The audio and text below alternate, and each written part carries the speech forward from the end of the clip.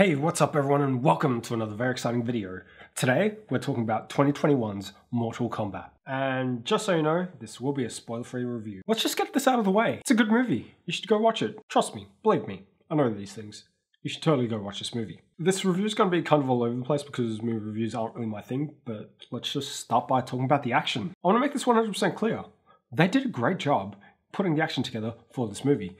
The visual effects, the blood and guts, it was all amazing. This movie has a lot of medium shots and cuts in between punches, and I personally prefer it when there's a wide shot and as little cuts as humanly possible. I just believe it makes for a better cinematic experience. But having said that, the action sequences in this movie were awesome. They 100% absolutely did not drop the ball on that one. Now, my biggest concern for this movie was Cole. Introducing a new character into the Mortal Kombat canon, I just don't believe a movie was the right place or time to be doing this. I was disappointed that Liu Kang wasn't the main character when I saw the trailer, but having said that, I'm glad that Liu Kang wasn't the main character. I would have just been comparing Ludi Ling to Robin Shu, who in my eyes will always be the definitive Liu Kang. So Cole actually does serve a purpose to this movie, and it's not just to take up space. I thought Cole was actually a cool character. The only real problem I had with him was that he was too good looking. I mean, just couldn't take my eyes off him whenever he was in a scene. Another positive about this movie was Josh Lawson as Kano. He absolutely steals every scene he is in. And it was awesome seeing Kano with a real Australian accent.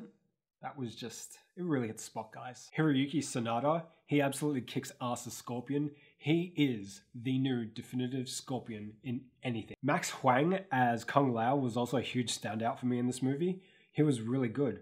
Kung Lao is not a character I typically play as in Mortal Kombat 11 because, you know, he's got a frisbee hat. But the job that Max did on Kung Lao on this movie, I'm going to start playing as Kung Lao because Max killed it in this role and Kung Lao is one of my new favorite characters. The only other thing is that I'm not even going to try to say his name, but the guy who played Shang Tsung is not the definitive Shang Tsung in my books. Kari Hiroyuki Tagawa is still the definitive Shang Tsung. A few other small nitpicks I had was the locations for this movie. I'm sure to an international audience it'll be fine, but to me, I was just like, that's the Australian desert. That's nothing special.